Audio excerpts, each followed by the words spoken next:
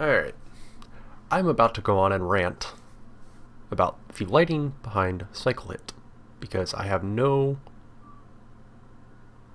easy method about going about this, and I didn't write anything up beforehand. So, if you're here to learn kind of the ideas and the thought process behind some of the lighting, this is what this is going to be. I'm essentially just going to go through and very briefly kind of talk about some of the lighting choices behind and sort of where some of the ideas came from.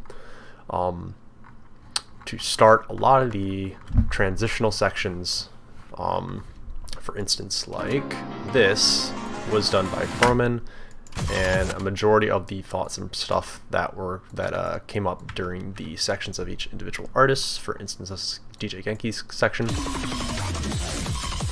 A lot of this was thought up and done by me, while Fromen did a lot of the lighting for the transitional stuff. But just to briefly go through this, a lot of the lighting from Fromen's side typically represents kind of one sound in the background, and then using the track rings to represent drums, which is great. And then we have a bit of a rave here. I'll let this play out.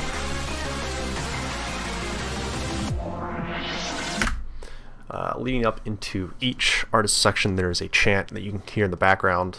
First section being DJ Genki's, second Camellia's, third Seashow's. So here, what I came up with was the idea of how can we represent that chant through lighting. So you'll see here. So at the time when I was doing this, I only had fade notes and I didn't have this on note here, and Fromen actually recommended that we do this because we kind of have like that hold note for the set for that part. That was great, so I went with it. Following that comes up to the sort of more introductory section, transition into the actual Genki and other various sections. So we still kind of have that rave mentality, but we also, if you look here, we have the sort of that same pattern that is doing that chant here, that is displayed here in the back. So if you watch closely, you can see the lasers that are doing that chant still in there, and they're viewable. Now we just see the lighting changes, and something that I always like to do in my lights is do like this sort of like super fast roll of shifting light colors. And essentially all I did here was set my cursor position to 1/8, start with flash notes because they usually take a very brief amount of time to get to their full brightness. Start with flash notes at 1/8, and then after 4 measures, because this is where it speeds up, move into 1/16 if I can find the correct cursor position, and go through with on notes, and then once again go through with flash notes, and that kind of gives it a different effect every time it kind of speeds up. So I'll let that play through.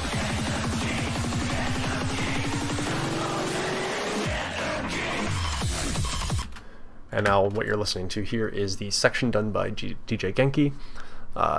The thought process was I wanted something jumpy and to the point where it was noticeable, so I started off where every time you're hearing, I'm going to slow this down, every time you're hearing that section, it typically is going to be on these left and right lasers, and usually every measure I change the lights of those lasers to kind of make it show that the song is progressing to a certain point.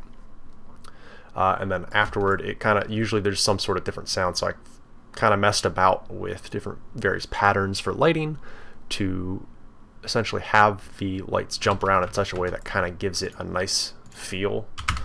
This took quite a bit. The only part of Genki's section which I knew I wanted right away were the left and right laser notes here that I have here. Everything else was a lot of experimenting and making sure that it fitted right. Let this play out here. Off notes are your friend. If you want to do jumpy lighting, off notes are your friend.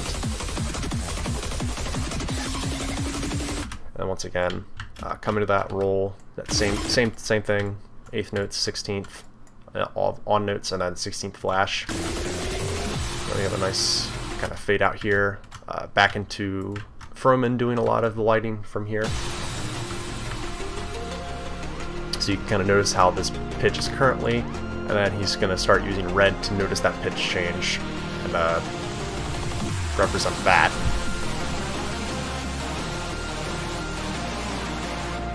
Alright, now we're leading into Camelia's section, which is what I worked on here, figuring out what we wanted to do for the chant. So I figured if C show is going to be all red in terms of lighting notes, I figured I'd want to at least incorporate a little bit of red to variate the two.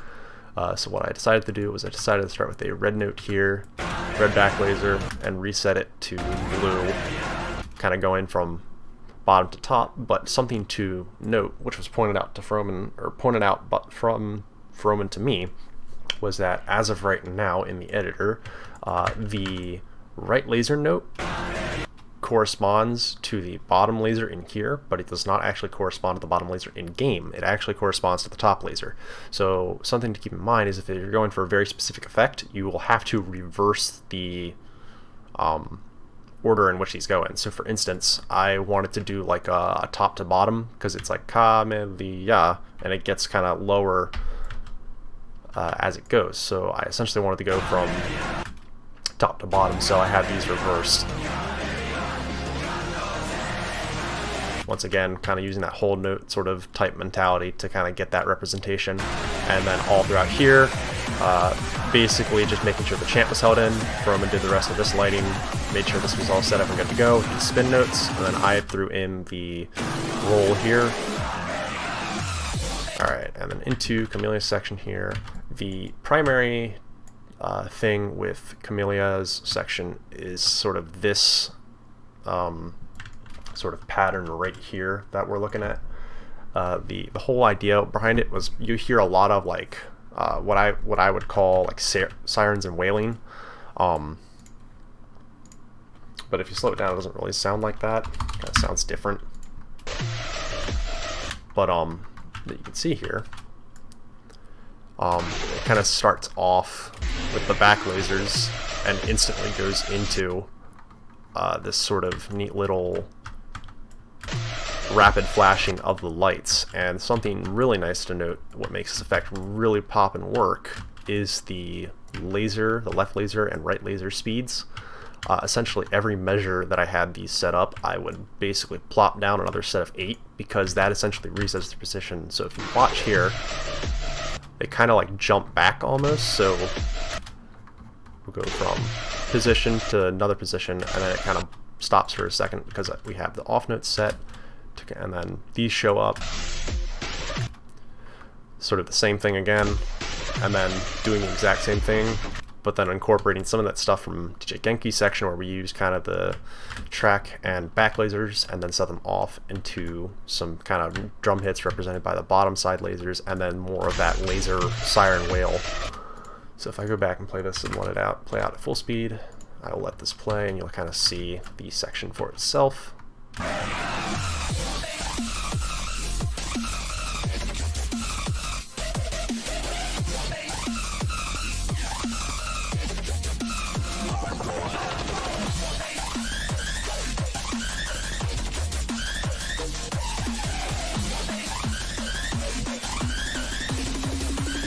That same roll again. And a lot of this lighting was meant to be very flashy and poppy. By all means, not all lighting has to be this flashy and poppy. You can make very simplistic lighting that does the job just fine and can do its job very well. There are a lot of charts out there that do that very well. There's a few favorites of mine which I can't recall off the top of my head, but they're out there. So once again, Fromen doing a great job having this set up and timed to really be really cool. Very simplistic. This upcoming section, you'll have this back laser be represented by the clap in the background, and the other sort of noise that you hear that's really noticeable is represented by the bottom lasers. Once again, back to the rave.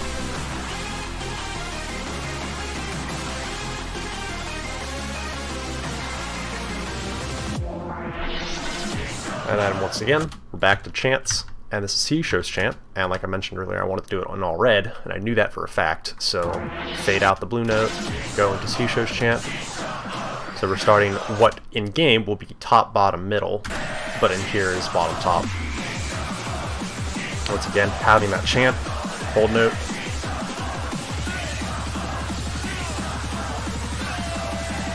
And we didn't do it here just because the drums and sort of this section was coming up, because we wouldn't really be able to do the hold note into here. So instead, we just did it right here. With C-show section, it was a bit hard to figure out what I wanted to do because it's not as jumpy or chaotic as either Camellia's or Genki's, so it was a lot harder to figure out what I wanted to do and what the poppiness of it I wanted to achieve was. I'm going to save here real quick. So typically in this, I tried to find certain sounds that I could use specifically for separate lights. So for instance, you'll see the back lasers only pop up during like the wow sort of sound that you'll hear. Just a second. Bum bum. And sometimes that one back laser will transition into some side lasers and then into the track here. So still creating that pop and sort of sound identity with the lights and basically representing the music through the various sounds that you can hear in the song. That's probably one of the most important things in lighting, just representing the music in such a way that makes sense.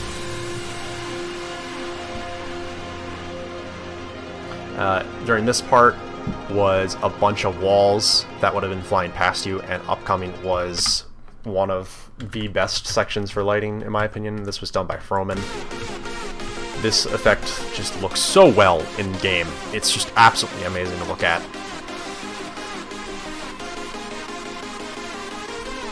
It's kind of self-explanatory. Basically, these are on fourths and just setting the previous fade-in note to be off on the eighth note behind it. Really simplistic effect, does the job super well. And even sometimes opting to just let the notes fade out, like right here. And it has such a good effect that it just does such a great job of conveying the section, and I couldn't have been happier with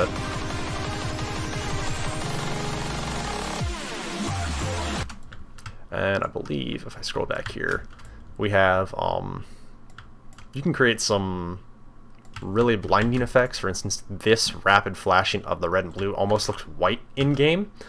Not sure if I would always recommend it, but in this case we went with it because it looked cool. But yeah, still kind of keeping the blue kind of from the previous section littered throughout here to be neat enough and kind of in there. Back to Rave, all done by Fromen.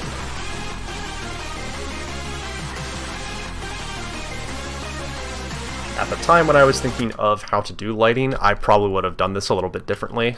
Heck, I don't even know how I would have done it because I saw this and just fell in love with how he did it. So props to Fromen for doing this because I don't think I could have done it better.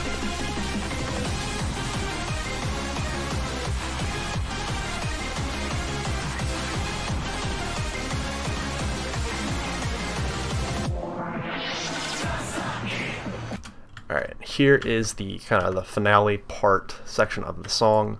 I don't quite recall if it was me entirely who figured out the chant for the Kasai section, or if it was me and Fromen that figured it out. Either way, this is what the end result was. So you can see that chant still in here, and reset it using the laser speed to reset it as kind of to make the notes jump. So that's also another effect that I kind of borrowed previously from Camellia section. Using the note jump speed to reset laser position can be very useful and can create a really cool effect when used appropriately. Once again, trill, laser, whatever you want to call it. And then this is all Fromen still, did all of this lighting. This was just a fantastic finish to the song. Because I believe this is phase section, and I believe the last bit of it goes into Fromen's notes, if I recall correctly. I'm probably incorrect on that. Please do not kill me. Alright, so the great thing about the song is that at the end with the Kasai section, it borrows certain parts of each of the previous artist section in the last little bit here. So what you're going to hear is you're going to hear part of Genki's section, more of Genki's section, into a Camellia section, into another Camellia section, into basically two more Seisho sections. And with the Seisho sections, it was more turned into kind of this less Seisho and more of like the overall just representing the drum beat that you hear in the back. So I'm going to let this play out here and you'll see what I'm getting at here. Forgot I didn't freaking scroll forward, and instead I just moved over there.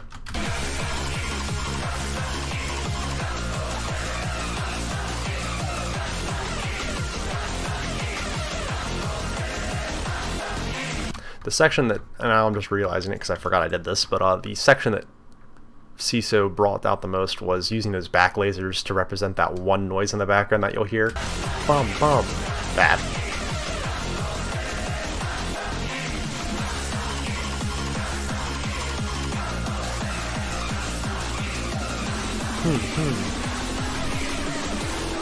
And more very rapid flashing. And the final bit here done by Fromen. The final fade out to end. And that is Cycle Hit's lighting in a nutshell. I mean, me and Fromen put a crap ton of time and effort into this to make sure it was done right and make sure we did it exactly how we wanted it to be. Because at the time when this idea was brought up to me from, I believe Faye actually contacted me about potentially doing lighting. And essentially it became into a collaboration of lighting between me and Fromen. So I was essentially brought on to do lighting, and then Fromen was also there to help. And so he did a bunch of the transitional stuff while I came up with the idea of kind of having the three individual artist sections be totally separate, or not totally separate, but like ideally different kind of like jumpiness to their lighting, or different like styles to their lighting. So you have the primarily on and off with the fades of the left and right to changing colors with DJ Genki's stuff, and sort of the jumpiness to and from to the other side lasers and whatnot. And if I scroll up here to Camellia section, primarily using just about majority left and right lasers with much less use of the other tracks that I can use for lighting. And then with Genki's representing a lot of the sounds that you hear with the very specific back laser sort of that sound and whatnot. So other than that, that's essentially it. That's Cycle Hit in a nutshell. And so what I'll have here as I wrap up here, I'll have a sort of showcase of the lighting from Cycle Hit as if you view it in game from my headset, and I'll have that fade out here into that here now. If you're still here and watching, thank you very much. Enjoy the light show. Take care.